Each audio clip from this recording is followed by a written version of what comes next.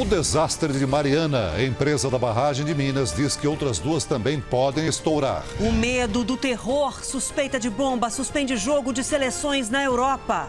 Polícia francesa vasculha locais onde terroristas estiveram antes dos ataques. Relatório aponta 399 casos de microcefalia e vírus Zika. Pode ser a causa da epidemia. Mas um homem de confiança do prefeito do Rio é acusado de agredir mulher. OAB entra na justiça contra artigo da lei que garante direito de resposta de matéria jornalística. Depois de 2 adiamentos, advogados de Eduardo Cunha prometem entrega da defesa para esta quinta. Olá, boa noite para você. Nós abrimos essa edição do Jornal da Record com as informações sobre os atentados de Paris. O medo de novos ataques deixa a Europa em alerta. Hoje, um jogo de futebol entre a Alemanha e a Holanda foi cancelado depois de um alerta do Serviço Secreto francês de ameaça de bomba no estádio. O nosso enviado especial a Paris, André Tal, tem as informações. Boa noite, André. Boa noite. A polícia confirmou que havia uma ameaça concreta de bomba no estádio. O jogo em Hannover foi cancelado 1h30 antes do início. As pessoas já estavam no estádio, que teve que ser esvaziado. A chanceler Angela Merkel também estaria presente na partida. Foi encontrada uma mala suspeita nas proximidades do estádio. Uma estação de trem também teve que ser esvaziada. Não foram encontrados explosivos, ninguém foi preso, mas tudo isso mostra o medo e a apreensão que existe na Europa depois dos ataques aqui a Paris. André, agora um outro jogo entre Inglaterra e a França, esse sim aconteceu. É verdade que sob um forte esquema de segurança, mas lá os torcedores e também os jogadores deram um exemplo de força e de união comovente contra o terrorismo, não foi isso?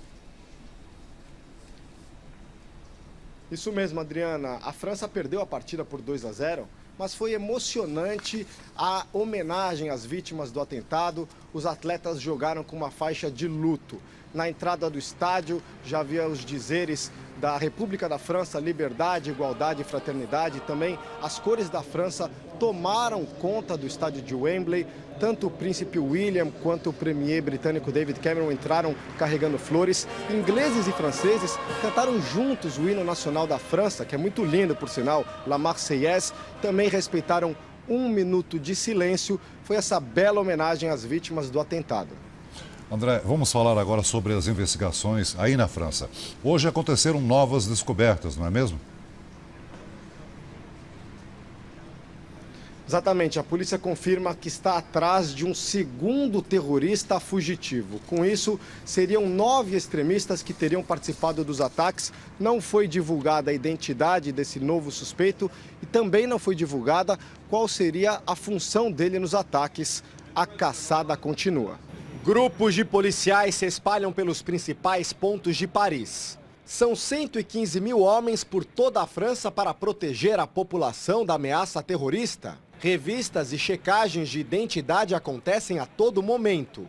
Enquanto isso, as investigações sobre como os atentados foram planejados continuam. Hoje foi localizado mais um carro alugado por Salah Abdeslam, até então o único terrorista que parecia ter conseguido fugir depois dos ataques. Salah ainda reservou 2 quartos neste hotel no subúrbio de Paris na quarta-feira da semana passada. Segundo a polícia, pelo menos 2 terroristas ficaram hospedados aqui até o dia dos ataques. Nós fomos ao local tentar falar com os funcionários. Ninguém quer dar entrevistas. Este vídeo, divulgado por uma agência francesa, mostra que a polícia encontrou nos quartos caixas de pizza e seringas que podem ter sido usadas para a fabricação de explosivos ou consumo de drogas. Salah e o irmão suicida, Ibrahim, alugaram em novembro do ano passado uma casa, também na periferia parisiense, que teria servido de quartel-general do grupo. O terceiro irmão deles, Mohamed, que chegou a ser preso na Bélgica, mas já foi liberado, fez um apelo em nome da família para que Salah se entregue. Apesar das operações, a população tenta retomar a rotina nas ruas de Paris. O trânsito agora foi liberado em frente ao Bataclan e a gente consegue chegar bem perto da casa de espetáculos, onde aconteceu o terrível ataque na última sexta-feira. A polícia ainda deixa uma lona para preservar o local e no alto tem uma faixa que diz em francês: "A liberdade é um monumento indestrutível". Do outro lado da rua, uma enorme quantidade de pessoas se aglomera. Os parisienses querem fazer um registro, tirar uma foto do local, mas principalmente lamentar as mortes que aconteceram aqui. São inocentes que foram mortos por uma causa bruta, diz esse senhor. Na grade, fotos das vítimas do massacre, retratos de jovens sorridentes que contrastam com o silêncio da dor de amigos e parentes. Essa caçada aos terroristas é enorme. Só hoje a França fez mais de 100 operações, 128 operações de busca e apreensão. André Talco segue falando com a gente ao vivo de Paris. Do que eles encontraram até agora, André? Qual é a pista mais relevante? Olha, Adriana, hoje a polícia encontrou um celular que teria sido usado pelos terroristas nos atentados. E eles teriam enviado uma mensagem pouco antes dos ataques, dizendo: "Ok, estamos prontos". Isso mostra que eles teriam tentado coordenar o massacre e também sincronizar as ações. E hoje, André, o tabloide Charlie Hebdo, que também foi alvo dos terroristas, em janeiro teve a capa da próxima edição divulgada pela imprensa internacional. E, ao que parece, eles não se deixaram intimidar, não é mesmo?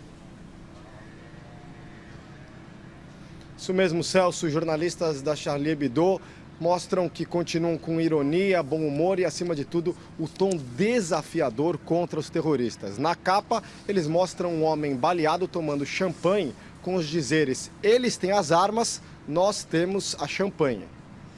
André Tal, muito obrigada mais uma vez por suas informações ao vivo aqui no Jornal da Record. As notícias do Brasil. A empresa Samarco, responsável pelo rompimento da barragem de rejeitos em Bento Rodrigues, Minas Gerais, admitiu o risco de novos rompimentos. A Polícia Federal abriu inquérito para apurar as causas de um dos maiores desastres ambientais do Brasil. E a lama contaminada já chegou ao Espírito Santo e provocou a morte de peixes. O mercado imobiliário em Mariana nunca esteve tão aquecido. 300 imóveis vazios, praticamente todos da cidade, estão sendo alugados pela mineradora para os desabrigados que hoje estão em hotéis ou casas de parentes. A mudança vai ser aos poucos. Bento Rodrigues, o distrito mais atingido pela lama, tinha 600 moradores. Todos se conheciam.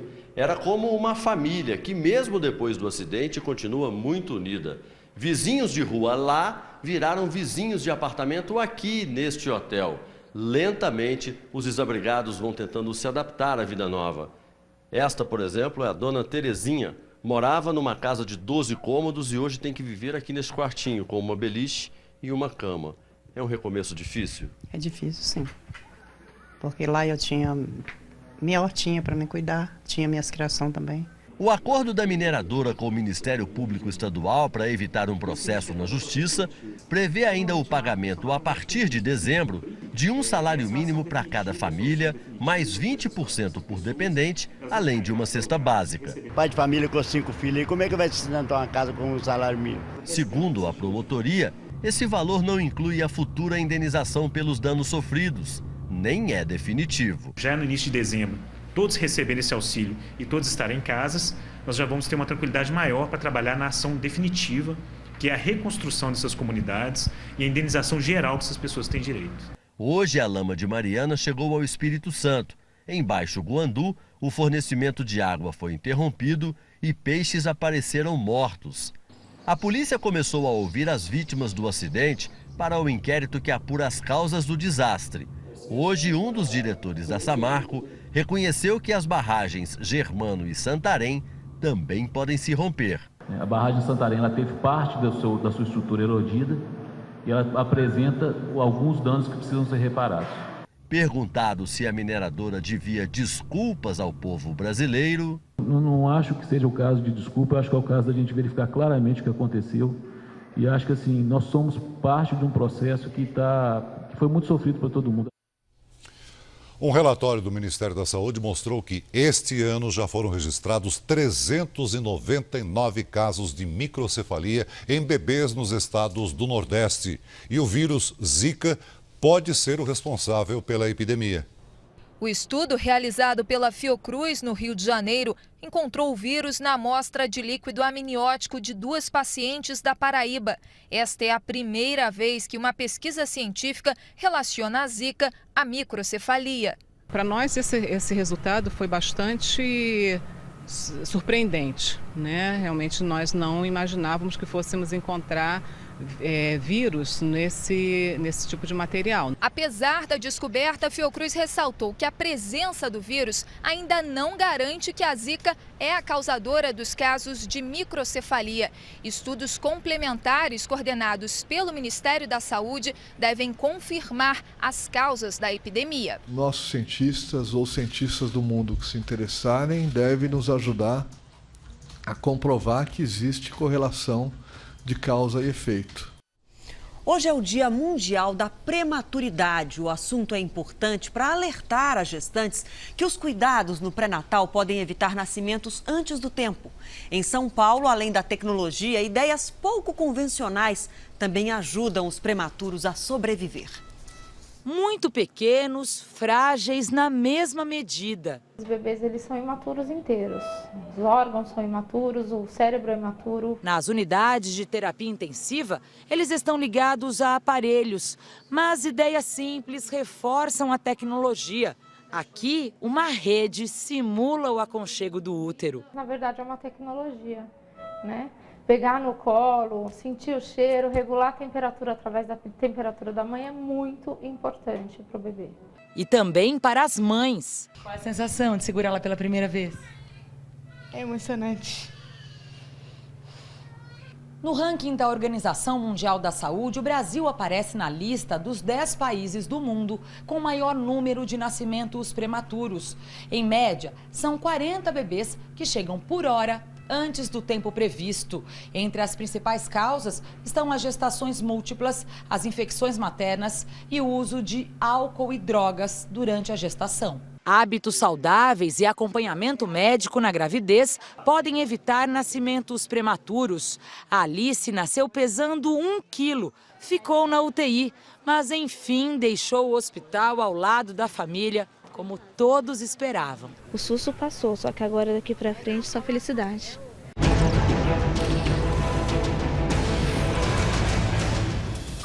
O motorista desce do guincho e com tranquilidade engata um cabo de aço no carro que está estacionado. Em seguida, o veículo é puxado para cima do caminhão. Logo depois, o ladrão vai embora com o carro furtado. O crime aconteceu em Ribeirão Preto, interior de São Paulo.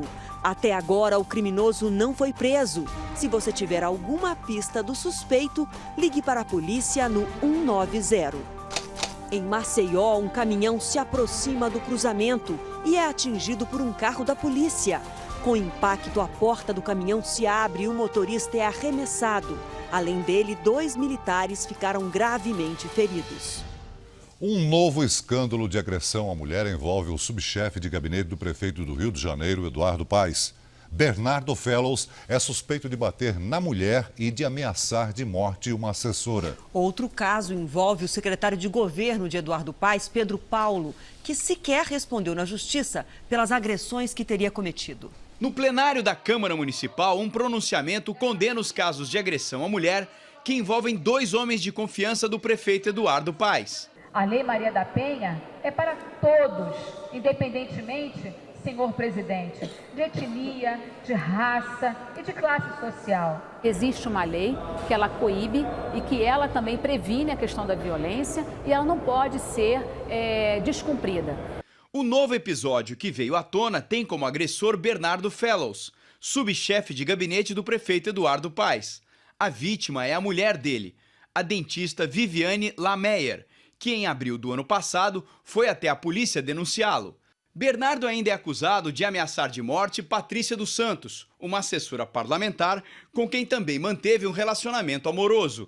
A justiça chegou a conceder uma medida protetiva que o impede de se aproximar de Patrícia. O outro caso de violência doméstica compromete o pré-candidato a prefeito do Rio, Pedro Paulo Carvalho. Alexandra Marcondes, ex-mulher do secretário de governo do município, fez um boletim de ocorrência em fevereiro de 2010. Contou à polícia que levou socos e chutes de Pedro Paulo e chegou a ter um dente quebrado. 2 anos antes, ela já havia sido agredida pelo político em São Paulo. Pedro Paulo e a ex-mulher reuniram a imprensa para minimizar a situação. O prefeito do Rio, Eduardo Paes, defendeu o secretário e causou indignação da população ao afirmar que os casos de violência seriam um problema particular do casal. No Brasil, em briga de marido e mulher, o Estado mete a colher, sim, né? Nós precisamos ter claro isso. Nos 2 casos, os agressores são homens públicos e os processos não foram adiante porque não houve investigação da polícia, que é controlada por aliados políticos do prefeito. Para especialistas, apesar do rigor da Lei Maria da Penha, a punição é a única forma de inibir a violência contra a mulher. Numa sociedade que é muito hierarquizada, como a sociedade brasileira, avança no sentido de mostrar em diversas frentes de que a justiça é igual para todos, isso também seria muito importante que acontecesse em se tratando dos casos de violência doméstica. O advogado de Bernardo Fellows, em nota, disse que os fatos da vida privada do cliente dele não são de interesse público. Confusão durante uma reintegração de posse em Uberlândia, Minas Gerais. A tropa de choque disparou bombas de gás lacrimogênio contra integrantes do Movimento Sem Teto do Brasil, que montaram acampamento em uma fazenda em setembro. 100 famílias moravam no local. 5 pessoas foram presas e um policial ficou ferido ao levar uma pedrada na mão. A Ordem dos Advogados do Brasil entrou com uma ação no Supremo Tribunal Federal contra um artigo da lei do direito de resposta. A entidade questiona o artigo 10, que diz que a pessoa ou empresa que tenha se sentido ofendida por uma matéria jornalística pode pedir a um juiz que o direito de resposta seja publicado com o mesmo destaque da reportagem original. Mas a empresa só pode recorrer para um colegiado. Na prática, o que foi aprovado aqui no Congresso diz que se um político, por exemplo, se sentir ofendido por uma matéria jornalística, ele tem 2 meses para pedir o direito de resposta. A retratação tem que ser feita em até 7 dias. Caso contrário, o ofendido pode recorrer à justiça. Depois que a ação for apresentada, aí a empresa tem 24 horas para publicar a resposta. No entanto, se a empresa não concordar com o pedido e quiser recorrer, vai ter que esperar uma decisão de uma turma de juízes, o que normalmente não tem prazo definido. O autor do projeto justifica o texto com o argumento de que o ofendido está sempre em desvantagem neste caso. A desigualdade é evidente. Você tem um meio de comunicação, que é uma empresa que tem advogados, tem economistas, tem consultores. E do outro lado você tem um sujeito sem possibilidade do direito de resposta. Esse é o desequilíbrio fundamental. Para o presidente da OAB, a lei garante o direito de resposta ao ofendido, mas impede que os meios de comunicação consigam reverter a decisão. Queremos a igualdade de todos perante a lei, tanto de quem pede o direito de resposta, quanto do órgão de comunicação que tem que cumprir uma decisão judicial. O presidente da Câmara adiou para quinta-feira a entrega de sua defesa prévia no Conselho de Ética, que avalia se ele mentiu sobre contas bancárias no exterior. Hoje, Eduardo Cunha enfrentou protestos até mesmo de correligionários do PMDB. Causou constrangimento a presença de Eduardo Cunha no Congresso do próprio partido, o PMDB. Abalado por denúncias de corrupção e sob risco de perder o mandato, o presidente da Câmara, que defende ruptura imediata do PMDB com o governo Dilma, amenizou o discurso. Ninguém mais tem dúvida que o PMDB tem que buscar o seu caminho próprio, que o PMDB vai ter que disputar a eleição de 2018. O vice, Michel Temer, conseguiu evitar que o encontro se transformasse num ato de confronto ao Planalto e se retirou por hora da disputa eleitoral. Por enquanto não, viu?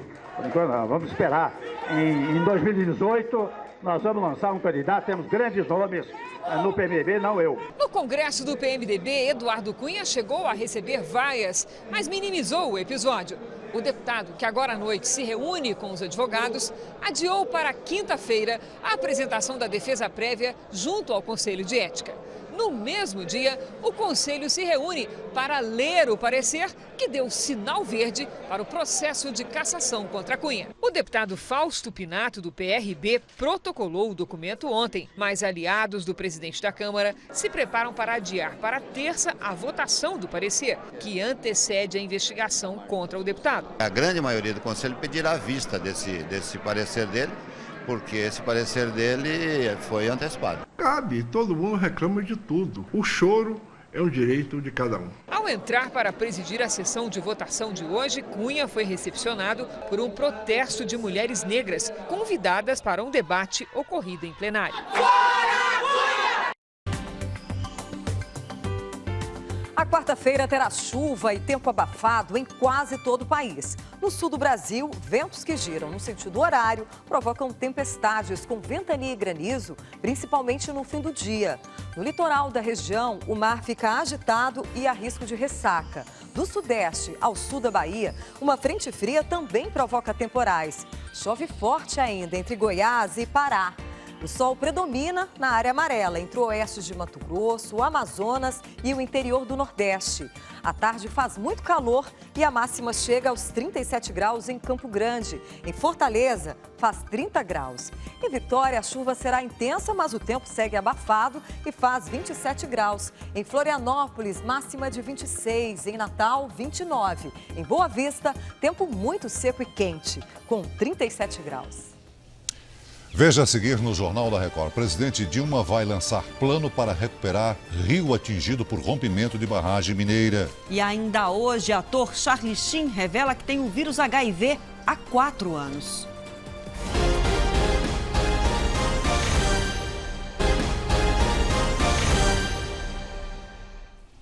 A recuperação do Rio Doce foi discutida hoje em Brasília entre a presidente Dilma e os governadores de Minas Gerais e do Espírito Santo.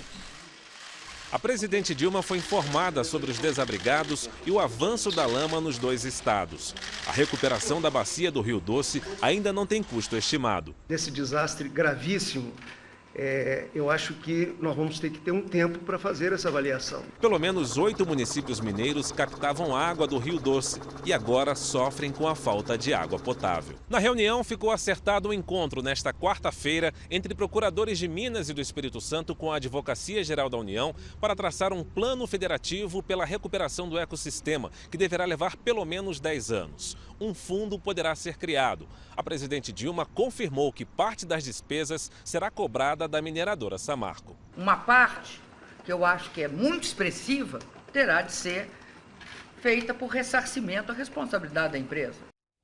O governo obteve hoje uma vitória na Comissão Mista de Orçamento. Deputados e senadores aprovaram um projeto de lei que altera a meta fiscal de 2015. Vamos agora ao vivo a Brasília. O repórter Luiz Fara Monteiro está no Congresso, onde acontecem votações de vetos da presidente Dilma, a chamada pauta-bomba. Boa noite, Luiz. Boa noite, Adriana. A sessão começou com quórum alto. O governo tenta manter os vetos da presidente Dilma para evitar o impacto de 63 bilhões de reais nos próximos 3 anos. Entre os itens está a rejeição ao reajuste médio de 58% aos servidores do Judiciário. Hoje, a Comissão Mista de Orçamento autorizou a União a reduzir a meta fiscal desse ano, o que permite ao governo compensar 57 bilhões das chamadas pedaladas fiscais.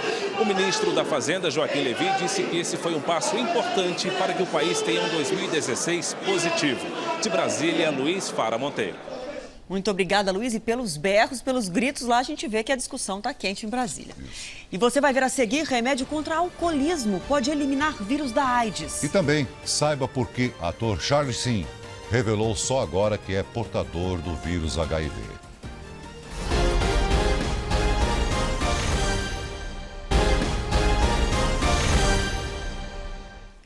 Cresce o movimento de ocupação de escolas em São Paulo. O governo diz que são 30. Já o Sindicato dos Professores afirma que são mais de 40. Há uma semana, dezenas de unidades foram ocupadas em protesto ao projeto que reorganiza as escolas em 3 ciclos: ensino infantil, fundamental e médio, separando os alunos. Os manifestantes alegam que escolas serão fechadas. Hoje, o secretário de Educação do estado defendeu as mudanças. Amanhã, a Justiça vai tentar um acordo entre o sindicato e o governo para que as escolas sejam desocupadas. Após os atentados em Paris, os Estados Unidos reacenderam a discussão sobre a chegada de refugiados sírios ao país. Quem tem mais informações é a correspondente Heloísa Vilela, ao vivo de Nova York. Boa noite, Heloísa. Boa noite, Celso. Olha, já se faz muito barulho por aqui a oposição, principalmente em torno do Programa Federal de Asilo aos Refugiados da Síria. O líder da maioria na Câmara disse hoje que a casa votará ainda esta semana o congelamento temporário da entrada desses imigrantes. O país está dividido. 52% dos americanos são contra o asilo aos sírios. 27 governadores já avisaram que nos estados deles os refugiados não entram. Por lei, eles nem podem barrar os imigrantes, mas tem como dificultar e muito o assentamento dessas famílias.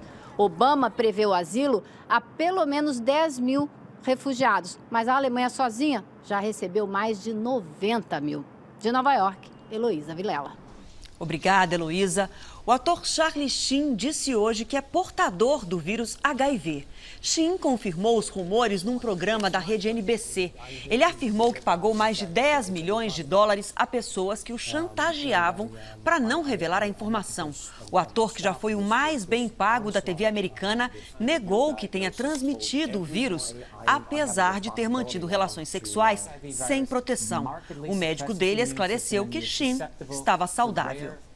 Cientistas da Austrália e Estados Unidos anunciaram uma descoberta surpreendente para tratar a AIDS. Os pesquisadores afirmam que um remédio usado contra o alcoolismo seria capaz de despertar células adormecidas que servem de esconderijo para o HIV. O próximo passo é descobrir como eliminar de vez o vírus, com a ajuda de outros medicamentos. 30 pacientes participam dos testes. Agora vamos falar do Natal, porque já chegou a hora de falar do Natal de novo. E a decoração este ano vai ser mais discreta em muitos estados do país. O comércio está bem econômico para um fim de ano que promete ser só de lembrancinhas. Quem passa sempre pelo endereço mais famoso de São Paulo percebeu. Tá faltando o espírito natalino na Avenida Paulista. Nessa época, todos os anos, o normal é ver a avenida e as vitrines já decoradas. Parece que o pessoal está mais tímido no investimento dos enfeites da Paulista esse ano. Em shoppings, também há muito comerciante que ainda não entrou no clima. Danilo tem uma loja de roupas e, como o movimento anda muito fraco, deixou a decoração para depois. Essa época já teria começado, eu inclusive estaria aqui com uma touquinha do Papai Noel. E tem consumidor que também não se animou ainda. Com essa crise que a gente está sendo bem afetado, o trabalho, a gente tem que pegar leve, né? Tem que ser só uma lembrancinha mesmo.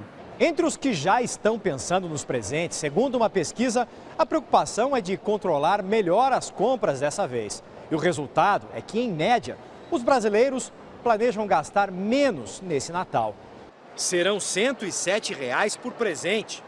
No ano passado, a intenção era chegar a R$ 125. E 47% dos entrevistados ainda nem têm ideia de quanto pretendem gastar. Este educador financeiro diz que não dá mesmo para exagerar. Tem que ter um presente que se adeque ao orçamento de hoje e pensando muito em 2016. Não foi a época que a gente podia pegar uma coisa melhor, agora tem que ser só presentinho mesmo. O Jornal da Record de hoje termina aqui. Para rever as reportagens desta edição, acesse R7 Play. Fique agora com a Fazenda. A gente se vê amanhã aqui no JR. Até lá. Boa noite e até amanhã.